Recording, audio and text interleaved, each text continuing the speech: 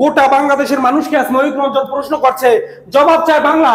একদিন নয়, 2 দিন নয়, টানা 1 মাস আমার হাগা হচ্ছে না, কিন্তু কেন? এটা কার ষড়যন্ত্র? জবাব চায় কানা পাবলিক বাংলা। দিনের পর দিন, ঘন্টার পর ঘন্টা, আর কত বাথরুমে বসে থাকবো? বাথরুমে যাচ্ছি আসছি, যাচ্ছি আসছি, কিন্তু কোনো রাজভোগ বের হচ্ছে না। কেন কেন কেন? না, এটা মেনে নেওয়া যায় না। এটা ষড়যন্ত্র, মোহাম্মদ ইউনূসের ষড়যন্ত্র, বাংলাদেশিদের ষড়যন্ত্র।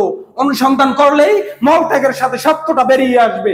দর্শক, ভালো করে শুনুন, আমার হাগা গোটা বিশ্বে ছড়িয়ে দিন, প্রয়োজনে আমেরিকাকে দিন, রাশিয়াকে দিন, যাকে ইচ্ছা তাকে দিন, কিন্তু আমার হাগা গোটা বিশ্বে ছড়িয়ে দিন। বিনিময়ে আপনাদেরকে ফ্রিতে মলম লাগিয়ে দিব।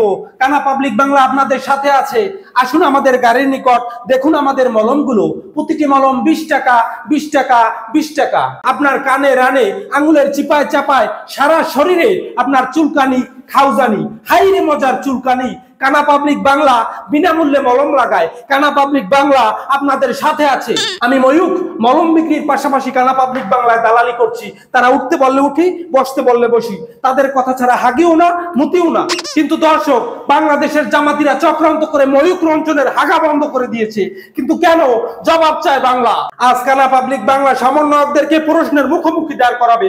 কেন পাঠালেন ইলিশ? আপনাদের পাঠানো ইলিশ খেয়ে আমার হাগা হচ্ছে না, এর দায়ভার আপনাদেরকেই নিতে হবে। বাংলাদেশি মৌলবাদীরা আমার দিদিকে হটিয়েছিস, আমার দিদি চট করে ঢুকে তোদেরকে কট করে কামড় দিবে দেখিস।